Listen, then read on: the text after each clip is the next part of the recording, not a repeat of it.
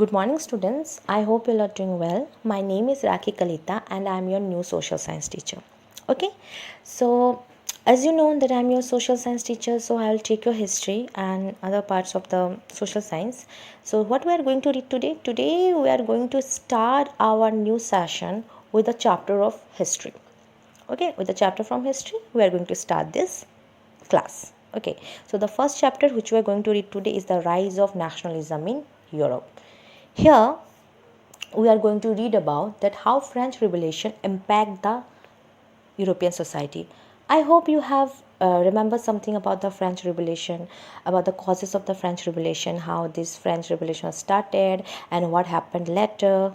Okay, about the guillotine of Louis XVI and all. I hope that much you have remembered. Okay, so you know this French Revolution not only changed the society of France, but it changed the society of the European.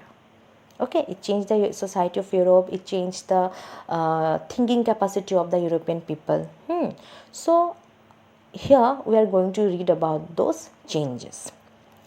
This French Revolution started because people were unhappy with the monarch and they wanted to modernize their society. So during this French Revolution, many philosophers had written lots of books on democracy and about federalism, about the social ideas like equality, liberty, fraternity. So you know these ideas had impacted the minds of Europeans. Now these people wanted changes in their society, right?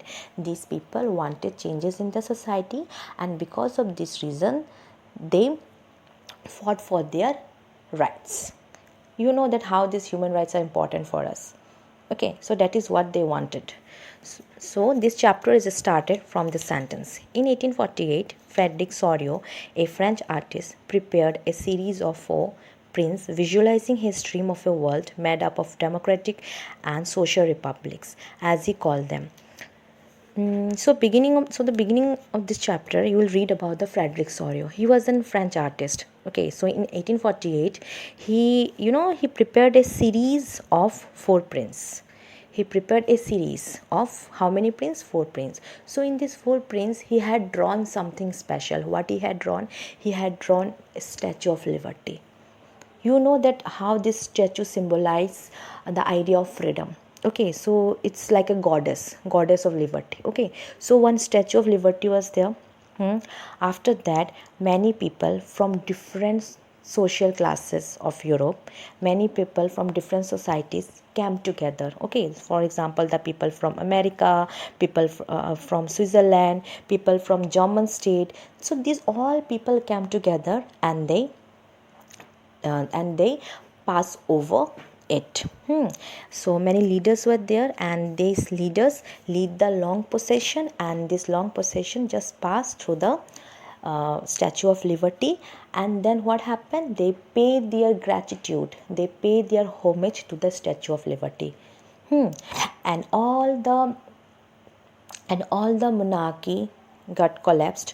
All the autocratic government of the states, all the autocratic government of the European states got collapsed.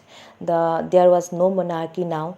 No one is inferior now, no one is superior, everyone is equal, because the idea of democracy, the idea of federalism had changed the entire scenario of the Europe. Okay, so this all things is not happening actually. These all things are the imagination of Frederic Sorio. So he printed all these things, he painted all these things on his print. So Frederic Sorio wanted a society where people would live in harmony, where people would live with respect and dignity, and no one will feel inferior or superior. Everyone would be treated equally. So this is an utopian vision of Frederic Sorio. What do you mean by utopian vision? Utopian means a vision of a society that is so ideal that it is unlikely to actually exist. Okay, so Frederic Sorio saw that dream in that time. Okay, he had a dream of a better society, and the same dream still many people are watching and many people are thinking about it, and the same dream many people have in their heart. Understood? Everyone wants a equal society, a society where everyone is happy, a society where nobody will sleep hungry. Understood? A society where everyone uh, everyone talk with each other respectfully, right? So this kind of happy society is dreamed by Frederick Sorio.